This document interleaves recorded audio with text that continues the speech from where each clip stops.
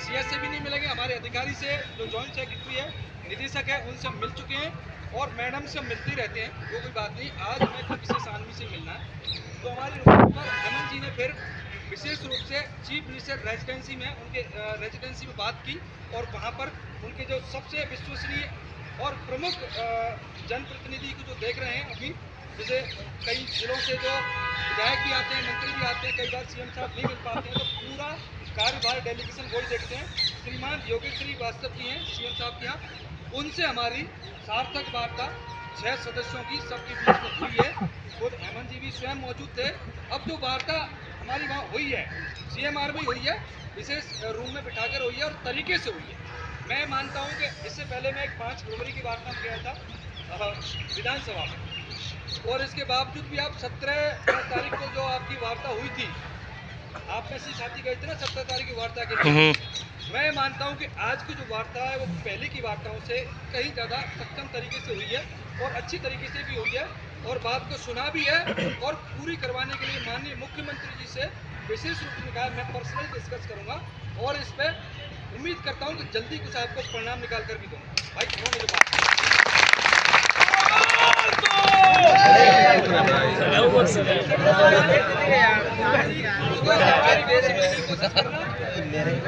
जो भी बात मैं आप लोगों के बीच में रख रहा हूँ, आप उसका विवेक और बुद्धि से प्रयास करना। किसी भी तरीके से कोई व्यक्ति मेरी बात को लेकर भ्रमित होने से बिल्कुल बचना। किसी प्रकार से अगर आपको किसी को भी लगे कि नहीं ये कुछ बड़ा चढ़ा कर बोल रहा है या कुछ झूठ बोल रहा है या आपके हित की बात नहीं कर रहे हैं, तो यही कहना, कल किसी और के साथ जाके वहाँ पर मत करना किसी भी तरीके से। जो भी बात है आपके किसी भी नेतृत्वकर्ता पर आप आरक्षण मत लगाना या आपके जो 6 साथी गए हैं उन पर किसी तरह का आरोप मत लगाना। कल जाके कोई दोगली बात नहीं होनी चाहिए। जो बात है पूरी ईमानदारी से आपके बीच में रख रहा हूँ, डिस्कस आप कर लेना कि सार्थक रही है या नहीं रही है, पॉजिटिव रही है या नहीं रही है। मेरी नज़र में वो मैं बता रहा हूँ, आपकी नज़र में वो आप डिसाइड करेंगे, ठीक है। तो आप पहले ध्यानपूर्वक सुनिएगा। उन्होंने ज्ञापन लेने के बाद हम 6 सदस्य सारे बैठे हुए थे, उन्होंने पूछा कि मामला क्या है, तो मेरे द्वारा ही कहा गया था कि मामला सर कुछ नहीं है, मामला पहले से ही बना हुआ है। जिस तरीके से राजस्थान में आज संविदा कर्मचारियों की संख्या पूरे राजस्थान में मेडिकल के छोटे से बड़े संस्थान पर संविदा, नर्सेज, पैरामेडिकल, फार्मासिस्ट कर्मचारी कार्य कर रहे हैं और वर्तमान में उनको 7,900 रुपये पर नौकरी दी हुई है और मांग सिर्फ इतनी सी है कि आप पूर्व भर्तियों की तरह, पूर्व के नियमों की तरह नर्सिंग भर्ती 2013, 18 और 23 की भांति ही 23 तो अभी राजस्थान सरकार ने अभी उनको नियुक्ति देने का कार्य किया, वो कंप्लीट भी नहीं है। उनकी भांति हमें परमानेंट करवाने के लिए हम जो नियम बने हुए हैं उनमें आप परिवर्तन कर रहे हैं। हम नहीं चाहते कि उनमें किसी तरीके का परिवर्तन किया। मेरे द्वारा ये बात सर्वप्रथम रखी गई है, इसके गवाह हैं आप 5 व्यक्ति। भाई आप एक बार हाथ उठाकर कर दो 5 के 5 फीमेल का महिला शक्ति। किसी भी तरीके की मैं कोई भी बात झूठ बोलूं तो कसम है आप 5 के 5 को आप यहीं मेरे मुंह पर कहने की ताकत रखना और हिम्मत रखना। कोई भी बात झूठ बोलो उसको 5 को यही बोल देना। उसके बाद उन्होंने कहा था कि अच्छा ये मामला है कि पूर्व में क्या होता था। मैंने कहा सर 1965 में आज से 16,000 साल पहले संविदा, नर्सेज, पैरामेडिकल और विभिन्न कर्मचारियों को नियमित करवाने के लिए 1965 के नियमों में संशोधन किया गया था और वो नियम ऐसे बनाए थे कि मेरिट प्लस बोनस से। तो उन्होंने इस लैंग्वेज को ऐसे समझ लिया कि एग्जाम बनाने के बाद मेरिट से। मैंने कहा नहीं सर, एग्जाम तो परीक्षा लेने आने के बाद वो एग्जाम से मेरिट बनाना अलग तरीका होता है। यहाँ पर मेरिट को मैंने डिस्क्राइब भी किया था कि मेरिट यहाँ पर जो हमारी 12th की क्वालिफाई परसेंटेज होता है उसका और जो हमारा प्रशिक्षण है 3 या 4 साल का उसका, उन प्रशिक्षण की मेरिट बनाकर उसका हाफ किया जाता है। देन फिर हमें अपने कार्य के हिसाब से प्रत्येक वर्ष का 10, 20, 30 अधिकतम बोनस अंक देने के बाद उसकी मेरिट सूची बनाई जाती है, तब हमारी चयन प्रक्रिया पूरी होती है। इस तरीके से मैंने एक्सप्लेन किया था, पूरी तरीके से एक्सप्लेन किया था। एक्सप्लेन करने के बाद उन्होंने समझा, फिर उन्होंने अपनी तरफ से बात की कि ठीक है मेरे बात समझ में आ गई है।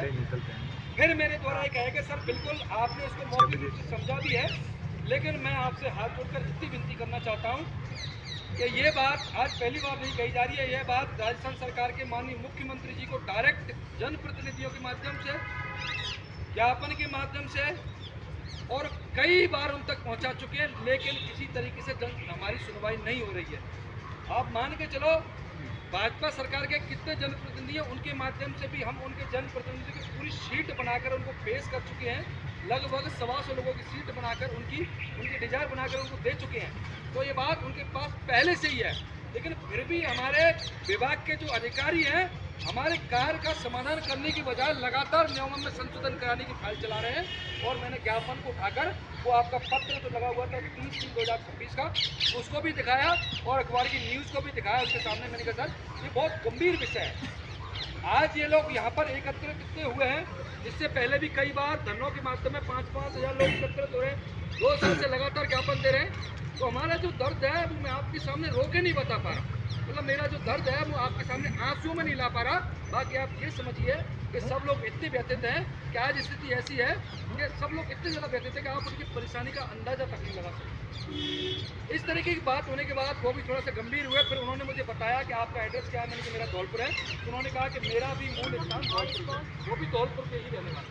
मुझे उन्होंने बाद में बताया कि मैं भी धौलपुर से हूँ। मैंने कहा सर, फिर उन्होंने पर्सनली सबसे उनका इंट्रोडक्शन भी जाना कि आप कहाँ से हैं, कोई जोधपुर से है, कोई बाड़मेर से है, कोई सीकर से है, सबके बारे में पूछा। सबसे पूछने के बाद पूरे मैटर को नोटेट भी किया हमारे सामने। देन वो कह सकते थे कि सर देखो आपने नोटेट कर लिया, अब वहाँ पे लोग बैठे, मैं जाकर उनके बीच में कहूँगा। अगर इसका परिणाम मान लो 10 दिन में, 15 दिन में या 25 दिन में नहीं निकलता है और इसका विपरीत परिणाम जो चल रहा है वो अंजाम तक पहुंचता है, तो कहीं ना कहीं नर्सेज और जो भी कर्मचारी यहाँ पर बैठे हुए पैरामेडिकल जितने भी फार्मासिस्ट आती हैं उनके लिए एक बहुत गंभीर स्थिति बन जाएगी। और उनका सिर्फ और सिर्फ या तो वो कोई बहुत बड़ा कदम उठाएंगे, मतलब बहुत बड़ा कदम। आज स्वास्थ्य भवन का 1 घंटे गेट बंद किया, हो सकता है भविष्य में स्वास्थ्य भवन की बिल्डिंग को चढ़कर ऊपर से भी कूद सकते हैं, या राजस्थान में जितनी जो पानी की टंकियाँ बन रही हैं उन पर भी चढ़ सकते हैं, और कोई उग्र आंदोलन हो सकता है। तो क्यों ना इसका समाधान कर लिया जाए। और कोई विशेष नहीं मांगा जा रहा है। आप मुख्यमंत्री जी को ये समझाइए, ये कीजिए कि कोई विशेष अलग से नहीं मांग रहे हैं, जो सरकार पहले से देती आ रही है वही मांग रहे हैं, कुछ चेंजेस नहीं करवा रहे हैं, जो बना हुआ है उसी को यथावत रखते हुए मांग रहे हैं। इतनी सारी बातें हुई हैं। और इससे पहले जैसे मैं एक बार गया हूँ, आप भी कई बार गए हैं, कई बार आप रोज भी जाते हैं, मुझे नहीं लगता कि इससे पहले इतनी बात अपनी किसी के बीच में हुई। इतनी बातें हुई हैं और उन्होंने आश्वस्त भी किया है। और मैं कहता हूं अब इसका अवलोकन आप अपने हिसाब से कीजिए कि अब अपन को किस तरीके से करना है। मैं अपनी राय बता देता हूं आपको। मेरा ये मानना है कि यह स्वास्थ्य भवन यहीं की यहीं है, पुलिस प्रशासन के सीनियर अधिकारी हमारे बीच में बैठे हुए हैं। मान लो हम समय लेकर थोड़ा सा इसको समय दें और अपना प्रयास जारी रखते रहें। दूसरा प्रयास जैसे हमारा आंदोलन का लगातार चल ही रहा है, एक धरना वो चल ही रहा है, जब वो कितनी भी परिणाम तक पहुँचा है वो भी चल रहा है। एक दूसरे धरने की तैयारी हम कर रहे हैं, उसकी परमिशन हमने लगाई दी है, मिल गई है परमिशन। चलो यह भी, इसके लिए आपको ताली बजानी चाहिए कि आप किसी भी तरीके से किसी भी जगह पर किसी भी तरीके से कमजोर नहीं है। आंदोलन आपका जो पहले था वो आज भी जारी है, और जब तक आपकी लड़ाई समाप्त नहीं होती है तब तक अनवरत प्रयास जारी रहेगा। रहेगा कि नहीं रहेगा? तो मेरा ही मानना है कि जिस उद्देश्य के लिए आज हम यहाँ एकत्रित हुए, आज आपने जिस उद्देश्य के लिए, वो लगभग अब पूरा हो चुका है।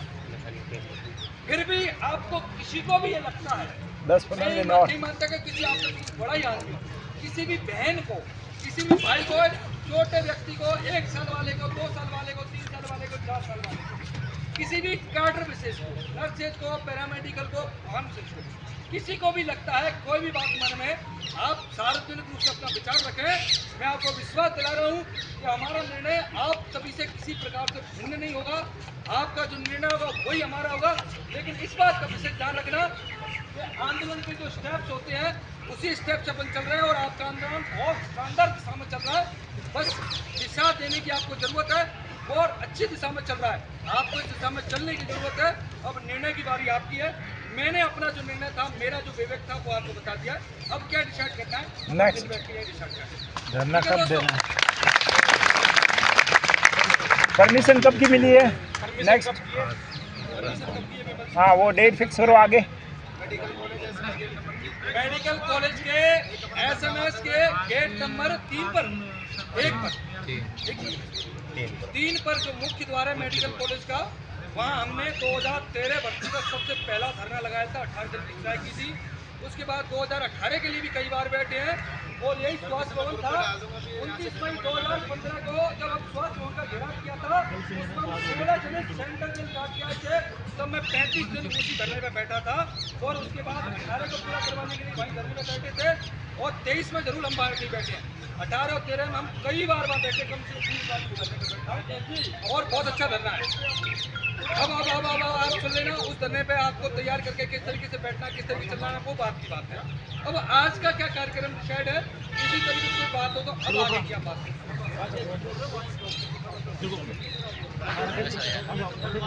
पहले आज की जो वार्ता हुई उसका उसके लिए सब सहमत है क्या? आज की वार्ता के लिए, आज के कार्यक्रम के लिए सब सहमत है? सब आज के कार्यक्रम में किसी नेक्स्ट क्या प्लानिंग है वो बताओ, नेक्स्ट प्लानिंग बताओ, नेक्स्ट